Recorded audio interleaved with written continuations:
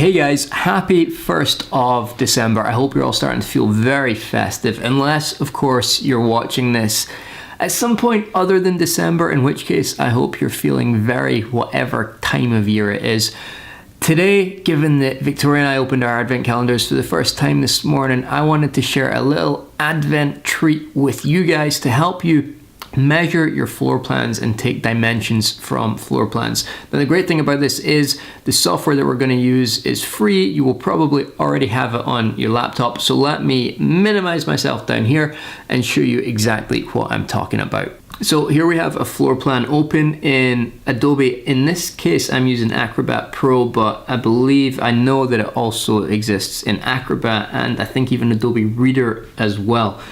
What you've got in here is a series of measuring tools that a lot of people do not know about, and to open them up it's real simple. You simply go up to View, Tools, and then down here you should have Measure, Open. If you can't find it there, you can go into this Tools tab and under Review and Approve you'll have it there. You can add a shortcut. Here it says Remove Shortcut, but add that and then you should have it in that view bar. Now this Measure tool is really cool. You click on this Measuring Tool button and it pops up two little boxes.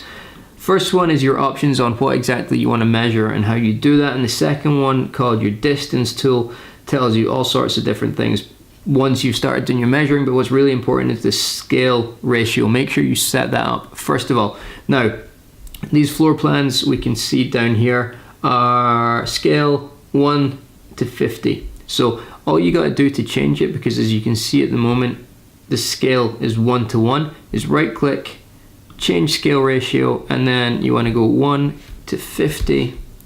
Okay, and then anything we measure on these floor plans we know is going to be to scale. You could print it off and do it with a scale ruler, but the fact that you can do this on your laptop in software you've already got, I think is awesome.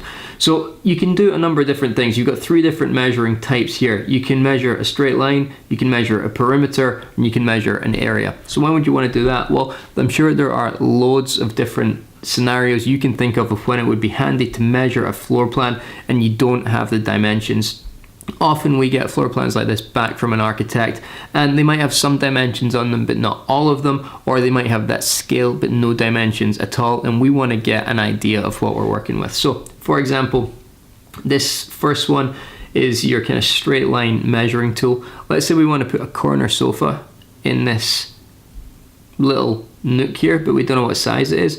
We can simply take a measure there, and then it tells us 230 centimeters, so 2.3 meters. Equally, we can measure from here to here, and then there we go, 3.81 meters. So we know that if we get a corner sofa that's sort of 2.3 meters wide, it's going to fit in there.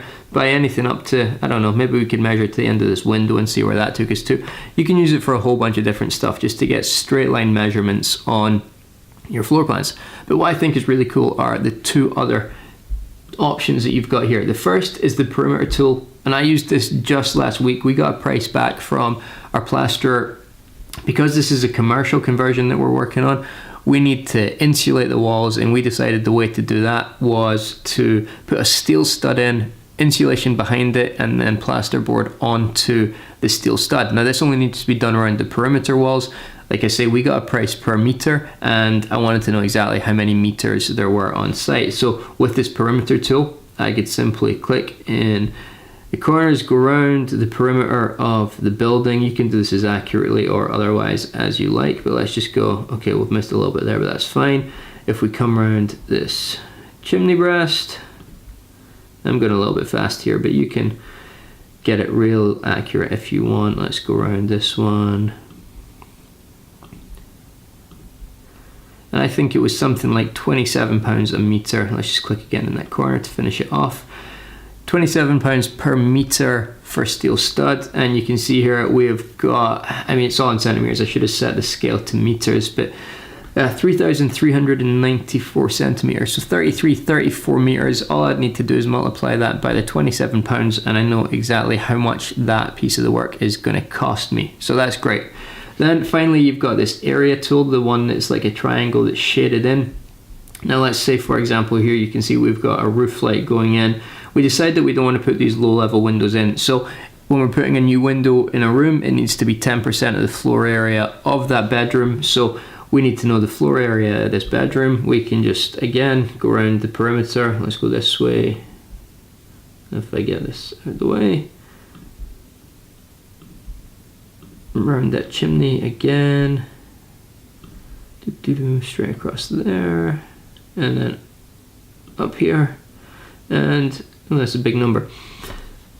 123,000 square centimeters. Now obviously to convert that to meters, 100 times 100 is what, 10,000, so we'd knock that off here. We can see it's like 12.3 square meters, so our window would need to be 10% the size of that. So we need a Velux in here that's going to be 1.2, 1.3 square meters. We can send that off to our roofer or our joiner and say, make sure the window in that bedroom is 1.3 square meters. Job done. Obviously, if you're on site, that's great, but when site is a half-hour drive away, you're sitting at your desk, it's freezing cold outside, you can do it from your laptop with Adobe Acrobat, Adobe Reader, Adobe Acrobat Pro, whatever you have got. Just click on that tools and then measure button, and you've got these 3 measurement tools to do whatever you want. You can use this on floor plans you've got from architects. You could pull floor plans off Rightmove. They might not be perfect, but gives you a really good idea really quickly and easily. And like I say, the best part of this is it's free. So hopefully that's a useful little tip for you. If you want to see how we do any other parts of our work, continue to follow this YouTube channel, like it, click below, and if you're watching it on Facebook, head over to YouTube because that's where we're posting all of our videos. Thanks guys, hope you have a great festive period, although I am sure I will speak to you before it gets to Christmas, so I'll have plenty of chances to wish you a Merry Christmas. So enjoy December 1st, and I'll catch up with you soon.